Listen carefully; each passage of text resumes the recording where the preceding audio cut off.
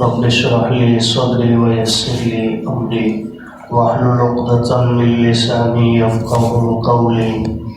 رب زدني علما وارزقني عملا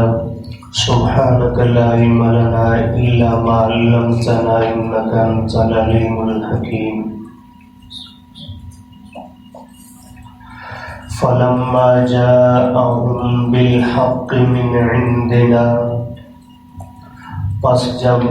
حضرت موسیٰ علیہ السلام آ چکے ان کے پاس حق لے کر ہماری جانب سے، قالوا تو وہ کہنے لگے، اقتلوا ابناء الذین آمنوا معه، قتل کر دو ان لوگوں کے بیٹوں کو جو ایمان لائے موسیٰ علیہ السلام پر، واستحیوا نساءهم، اور زندہ چھوڑ دو ان کی عورتوں کو، وما کید الکافرین، اور نہیں تھا کافروں کا فریب، الا فی ضلال، مگر گمراہی میں۔ وقال فرعون، اور کہنے لگا فرعون، ذرونی، چھوڑ دو مجھے، اقتل موسیٰ، کہ میں قتل کر ڈالوں موسیٰ علیہ السلام کو، وَلْيَدْعُ رَبَّهُ، اور وہ پکارے اپنے رب کو، انی اخاف، کہ بے شک مجھے ڈر ہے، ان یبدل دینکم، کہ وہ تبدیل کر دے تمہارا دین، او ان یظہر فی الارض الفساد، اور یا وہ بپا کر دے زمین میں فساد۔ وقال موسیٰ، جناب موسیٰ علیہ السلام نے کہا، انی عذت بربی، کہ بے شک میں پناہ طلب کرتا ہوں اپنے رب کی، وربکم، اور تمہارے رب کی، من کل متکبر، ہر اس تکبر کرنے والے سے، لا یؤمن بیوم الحساب، جو ایمان نہیں رکھتا حساب کے دن پر۔ سورہ مبارکہ میں اللہ پاک نے اپنی وحدانیت کو نبی کریم صلی اللہ علیہ وسلم کی رسالت اور آخرت کو بار بار مختلف پیرایوں میں بیان فرمایا۔ اس رکوع کے اندر بھی اللہ پاک نے بطور تمثیل سابقہ قوموں کا ذکر کرنے کے بعد مشرکین مکہ سے متعلق فرمایا کہ کیا ان لوگوں نے زمین میں چل پھر کر سابقہ قوموں کا انجام دیکھا نہیں کہ وہ ان سے قوت اور طاقت میں بھی زیادہ تھے، زمین پر ان کے آثار بھی زیادہ ہیں، لیکن جب اللہ کی پکڑ آئی تو کوئی انہیں بچانے والا نہیں تھا۔ اور اللہ نے سزا دینے اور عذاب دینے کی وجہ بھی بیان فرمائی کہ انہیں عذاب اللہ نے اس لیے دیا کہ ان کے پاس پیغمبر معجزات اور نشانیاں لے کر آئے، لیکن انہوں نے انکار کیا تو اللہ نے انہیں اپنی پکڑ میں لے لیا۔ اور پھر تمہید قائم کرتے ہوئے اللہ پاک نے فرمایا کہ ہم نے جناب موسیٰ کو نشانیاں اور کھلی دلیل دے کر مبعوث فرمایا، بھیجا فرعون، حامان اور قارون کی طرف۔ حالانکہ اس قوم کی طرف بھی ان کی بعثت تھی، لیکن 3 سرکردہ لوگ یہی تھے، اللہ پاک نے اس لیے ان کا ذکر فرمایا۔ لیکن ان بدبختوں نے حضرت موسیٰ علیہ السلام کے معجزات دے کر اور ان کی زبان سے دعوت حق سننے کے بعد معاذ اللہ جناب موسیٰ پر ہی الزام لگا دیا کہ یہ جادوگر ہیں اور یہ جو باتیں کہہ رہے ہیں یہ سب جھوٹ ہیں۔ آج کی آیات میں بھی اللہ پاک نے اور آنے والے رکوع میں بھی یہی سلسلہ چل رہا ہے کہ حضرت موسیٰ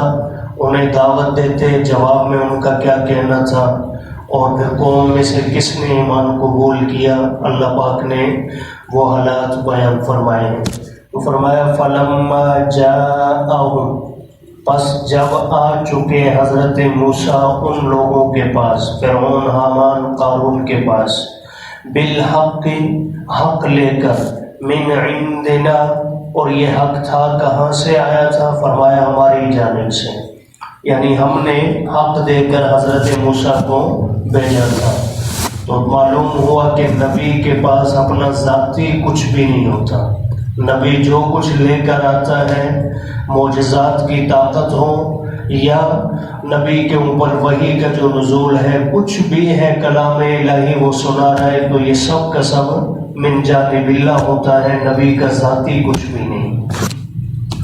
تو فرمایا جب حضرت موسیٰ ان کے پاس آ چکے حق لے کر ہماری جانب سے، قالو تو یہ قوم کے یہ بدبخت رہنما یہ کہنے لگے، فرعون، حامان اور قارون، اقتلوا ابناء الذین، قتل کر ڈالو ان لوگوں کے بیٹوں کو، آمنوا معہ، جو موسیٰ علیہ السلام کے ساتھ ایمان لائے۔ اب اس آیت کریمہ سے ظاہر ہو رہا ہے کہ یہ جو فرعون نے لڑکوں کو قتل کرنے کا اور لڑکیوں کو زندہ رکھنے کا حکم دیا، یہ اس وقت دیا جب حضرت موسیٰ علیہ السلام نے اعلان نبوت فرما دیا تھا، جبکہ روایات کے اندر یہ بھی آتا ہے کہ حضرت موسیٰ علیہ السلام، بلکہ خود قرآن میں ہی اللہ نے دوسرے مقام پہ بیان فرمایا کہ حضرت موسیٰ علیہ السلام کی پیدائش سے پہلے فرعون نے خواب دیکھا، اور اس خواب میں حضرت موسیٰ کے پیدا ہونے کی جانب اشارہ تھا، جس میں یہ موجود تھا کہ ایک بچہ پیدا ہوگا جو تیری سلطنت ختم کر دے گا۔ تو اس نے پہلے ہی جو ہے یہ حکم دے دیا کہ لڑکوں کو قتل کر دیں اور لڑکیوں کو زندہ چھوڑ دیں، تاکہ یہ بچہ دنیا میں آئے ہی نہ۔ اور یہی وجہ ہے کہ اس کے اس حکم کے پیش نظر حضرت موسیٰ علیہ السلام کی ماں نے کچھ عرصہ تک تو چھپائے رکھا، اور پھر حکم الہی سے صندوق میں بند کر کے انہیں دریا برد کر دیا، اور اللہ کی مرضی اور مشیت سے وہ فرعون کے گھر ہی میں جا پہنچے، اور اللہ نے تربیت و پرورش کا کام بھی اسی سے لیا۔ تو بہرحال اس سے معلوم ہوتا ہے کہ یہ ابناء کے قتل اور نساء کے زندہ رکھنے کا حکم فرعون نے ایک بار نہیں دیا، کئی بار دیا ہے۔ حضرت موسیٰ علیہ السلام کے پیدا ہونے سے پہلے بھی ایسا حکم دے چکا تھا، اور حضرت موسیٰ علیہ السلام کے اعلان نبوت کے بعد بھی یہ حکم دیا ہے، لیکن دونوں اوقات میں مقصد الگ الگ تھا۔ پہلے تو اس لیے حکم دیا تھا تاکہ حضرت موسیٰ یا جو بھی بچہ ہے جو دنیا میں آ کر میری حکومت ختم کرے گا وہ دنیا میں آئے ہی نہ۔ بچے جب ہوں گے ہی نہیں، کوئی زندہ بچے گا نہیں، تو جو ہے یہ بچہ ہی دنیا میں نہیں آئے گا۔ اور اب جو حکم دے رہا ہے اس کا مقصد یہ تھا کہ بنی اسرائیل جو حضرت موسیٰ علیہ السلام کی قوم تھی، تو وہ بدبخت چاہتا یہ تھا کہ ان کی نسل بڑھے گا، ان کی نسل جتنی کم کی جا سکتی ہے اسے کم کر دی جائے۔ صرف یہ ہے کہ اس وقت کے فرعون کو وہ شاید دانش مند نہیں تھا، اس نے جو ہے ظاہری طور پر قتل کرنے کا حکم دے کے اپنے آپ کو بدنام کروا لیا، ورنہ آج کے فرعون بھی تو یہی کر رہے ہیں۔ خاندانی منصوبہ بندی کیا ہے، اور ماشاءاللہ میں اور آپ سب بھی شامل ہیں اس میں۔ دوائی لے لے کے اللہ کے رزق کس نے دینا ہے جی؟ میری آپ کی کوئی گارنٹی ہے؟ ہماری ذمہ داری ہے اولاد کو رزق دینا یا کسی کو رزق دینا، یہ تو رب کی ذمہ ہے، اور اللہ اولاد کی برکت سے آنے والے ہر فرد کی برکت سے اللہ پاک رزق میں اضافہ فرما دیتے ہیں۔ لیکن بس اس وقت کا فرعون بدبخت ظاہری طور پر جو ہے نا وہ قتل کا حکم دے کر بدنام ہوا، اور آج کے جو ہے نا وہ مختلف ہیلے بہانوں سے جو یہ کام کر رہے ہیں، اور ہم مسلمان بھی ان کی چالوں میں آ چکے ہیں۔ تو بہرحال اللہ پاک انہیں بھی سمجھ لے، ہمیں بھی سمجھ عطا کرے۔ تو بہرحال جی فرعون نے یہ حکم کئی بار دیا، اور دوسری بار دینے کا مقصد نسل کو کم کرنا تھا۔ تو بہرحال اس نے کہا جی قتل کر دو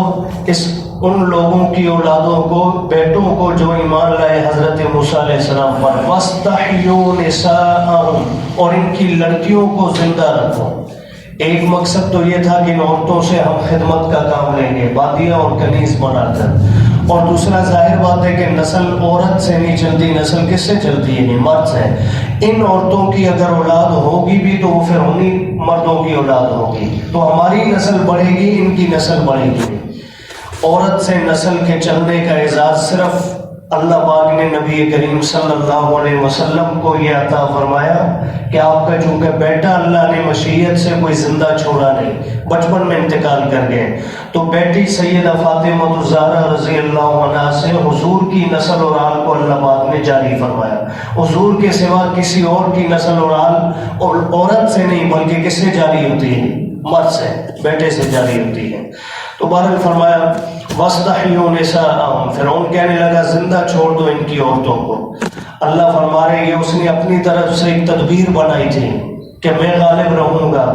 اور یہ مٹ جائیں گے، لیکن فرمایا وَمَا كَيْدُ الْكَافِرِينَ، نہیں تھی تدبیر کافروں کی إِلَّا فِي ضَلَالٍ، مگر گمراہی میں۔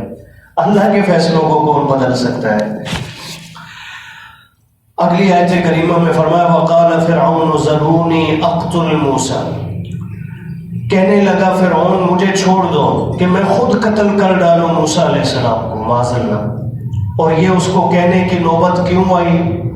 اس لیے کہ حضرت موسیٰ علیہ السلام کی گفتگو سننے کے بعد اور معجزات دیکھنے کے بعد فرعون کے ماتحت جتنے بھی لوگ تھے، اس کے حواری، اس کے لشکر کے لوگ، سب کے سب وہ متاثر ہونے لگے تھے۔ یہی وجہ جادوگروں نے دیکھ کر معجزہ فوراً کلمہ پڑھ لیا اور جو ہے حضرت موسیٰ علیہ السلام کے صحابی بن گئے۔ تو اسے ڈر تھا، اور جسے بھی حکم دیتا اپنے سپاہی کو، فوجی کسی کو بھی، تو وہ معذرت کر دیتے کہ ہمیں لگتا ہے کہ موسیٰ علیہ السلام من جانب اللہ پیغمبر ہے، تو یہ جرم ہم اپنے کندھوں پر نہیں لے سکتے، اپنے سر نہیں لے سکتے، آپ کیجیے خود جو بھی کرنا ہے۔ تو جب سب نے جو ہے وہ بندوقیں رکھ دی اور ہاتھ کھڑے کر لیے، اب فرعون جو ہے ان کو غیرت دلاتے ہوئے کہہ رہا ہے مجھے چھوڑ دو، میں خود مار ڈالوں موسیٰ علیہ السلام کو معذرت۔ اور ساتھ ہی ساتھ بدبخت کہہ رہے ہیں وَلْيَدْعُ رَبَّهُ، میں دیکھنا چاہتا ہوں کہ میں مارنے آؤں گا اور موسیٰ اپنے رب کو پکارے بچانے کے لیے، تاکہ میں دیکھ سکوں کہ میں مار سکتا ہوں یا وہ بچا سکتا ہے۔ لیکن اتنا جانتا تھا فرعون بھی کہ ایمان والا پکارتا کس کو ہے؟ اللہ کو۔ وَلْيَدْعُ رَبَّهُ، یہ نہیں کہا کہ وہ مجھ سے معافی مانگ لے، مجھ سے ڈر جائے، نہیں، کہنے لگا میں ماروں گا تاکہ میں دیکھوں کہ موسیٰ اپنے رب کو پکارے۔ جانتا تھا کہ اس نے پکارنا اپنے رب ہی کو ہے، اور میں یہ قتل کرنا کیوں چاہتا ہوں، یہ کروانا کیوں چاہتا ہوں؟ فرمایا، کہنے لگا فرعون انی اخاف ان یبدل دینکم، دو باتیں اس نے ذکر کی کہ مجھے ڈر ہے اس بات کا کہ یہ تمہارا دین بدل نہ دے، یہ جو تم رسوم و رواج میں بدعقیدگی میں مبتلا ہو، میرے سامنے سجدے کرتے ہو، تو مجھے ڈر ہے اس بات کا کہ یہ تمہیں اس سے اٹھا کر جو ہے ایک اللہ کے سامنے جھکنے والا بنا دے، دین تمہارا بدل دے گا۔ آج بھی لوگ بسا اوقات معذرت کے ساتھ، میں نام لیے بغیر بات کرتا ہوں لیکن سمجھانا مقصود ہوا کرتا ہے، اور میری زبان سے کبھی آپ نے نہیں سنا ہوگا کہ میں نے کہا ہو فلاں جگہ پہ نہ جانا، فلاں کو نہ سننا۔ اتنا ضرور کہتے ہیں جس کو بھی سنے اس کی زبان سے نکلی ہوئی بات کو اللہ کے قرآن پہ اور حضور کے فرمان پہ پرکھ ضرور لینا، یہ نہیں کہ حضرت جی کا جبہ تسبیح اور پگڑی دیکھ کر آپ متاثر ہو جائیں اور بے دینی کو بھی قبول کرتے چلے جائیں۔ یہ ضرور ہم کہتے ہیں، یہ ہم بھی اگر کوئی بات کریں تو آپ ہماری بات کو بھی ہمارے اوپر اعتماد کر کے کبھی قبول نہ کریں، آپ اس بات کو ضرور جانچیں کہ یہ دین کے مطابق کی بھی ہے یا نہیں۔ تو اتنا ضرور ہم کہتے ہیں، لیکن آپ کو دائیں بائیں کے ماحول میں ایسا ضرور ملے گا، کہا جاتا ہے باقاعدگی سے کہ وہاں مت جائیں، مت سنیں۔ کیوں؟ اس لیے کہ یہ قرآن سناتے ہیں ہم۔ اب یہ قرآن تو کھل کر کہہ رہا ہے جی کہ ایک عبادت کس کی کرنی ہے جی؟ اللہ کی، اور اتباع کرنی ہے نبی کریم صلی اللہ علیہ وسلم کی۔ اب اللہ کی وحدانیت سے ہٹیں گے تو تب بھی گمراہ اور مشرک ٹھہریں گے، حضور کی اتباع سے ہٹیں گے تو تب بھی بدعتی بن جائیں گے، دین کے دائرے سے نکل جائیں گے۔ تو ہماری یہ دعوت ہے، اور لوگ اس سے منع کرتے ہیں اس لیے کہ جس طرح فرعون سمجھتا تھا کہ موسیٰ کے قریب مت جانا یہ تمہارا دین بدل دے گا، ایسے ہی آج بھی اہل حق کے قریب جانے سے باقاعدہ مہم کے طور پر روکا جاتا ہے، لیکن حق سننے کے قریب جائیں گے تو انشاءاللہ حق اللہ پاک دل میں بھی اتاریں گے۔ تو بہرحال فرعون کہنے لگا مجھے ڈر ہے کہ یہ تبدیل نہ کر دے تمہارا دین، او ان یظہر فی الارض الفساد، اور یا یہ بپا نہ کر دے زمین میں فساد۔ اس سے اس کی مراد کیا تھی کہ جب یہ دعوت دے گا، لوگ اس کی بات مانیں گے، اس کو اکثریت ملے گی، تو یہ میرا تختہ جو ہے مجھے تخت سے اتار دے گا، میری حکومت ختم ہوگی، اور میری حکومت کا ختم ہونا یہ فساد ہے۔ اس لیے جناب اس فساد میں تمہیں کہیں مبتلا نہ کر دیں۔ اب ایک طرف فرعون کی تدبیریں چال اور دھمکیاں تھیں، دوسری جانب حضرت موسیٰ کا عمل کیا ہے اللہ پاک نے وہ بھی ذکر فرمایا، اور یہی ہر اہل ایمان کی ضرورت ہے۔ وقال موسیٰ، حضرت موسیٰ جواب میں فرمانے لگے، تم جو کرنا چاہتے ہو کر گزرو، انی عذت بربی وربکم، میں پناہ چاہتا ہوں اپنے رب سے اور تمہارے رب سے، یعنی میں اپنے رب کی پناہ میں آ رہا ہوں، تم جو کر سکتے ہو کر لو، مجھے تمہاری کوئی ضرورت نہیں، نہ تم سے خوف ہے، اس لیے کہ میرے ساتھ نصرت میرے رب کی ہے۔ اور فرمایا میں اللہ کی پناہ چاہتا ہوں کس سے؟ من کل متکبر، ہر اس متکبر سے۔ اس سے ایک بات تو یہ معلوم ہوئی کہ ہمیشہ مشکل وقت میں، چاہے وہ گناہ میں مبتلا ہونے کا ہو یا تکلیف مصیبت میں مبتلا ہونے کا ہو، ہمیشہ پناہ مانگنی چاہیے کس کی جی؟ اللہ کی۔ اور دوسرا یہ بھی سمجھ میں آیا اس آیت کریمہ سے کہ صرف متعین چیز سے کبھی پناہ نہ مانگے، اے اللہ مجھے اسی سے بچا، نہیں۔ حضرت موسیٰ نے فرعون کا نام لے کر صرف یہ نہیں کہا کہ اللہ فرعون سے میں آپ کی پناہ چاہتا ہوں، بلکہ فرمایا ہر اس متکبر سے اللہ میں پناہ چاہتا ہوں، لا یؤمن بیوم الحساب، جس کا حساب کے دن پر قیامت پر ایمان نہیں، یعنی ہر کافر کے شر سے، ہر شریر کے شر سے میری حفاظت فرما۔ تو اس لیے دعا میں عموم رکھا کریں تاکہ اللہ پاک ہر قسم کے شر سے بھی عافیت فرمائے اور ہر خیر اور بلائی اللہ نصیب فرمائے۔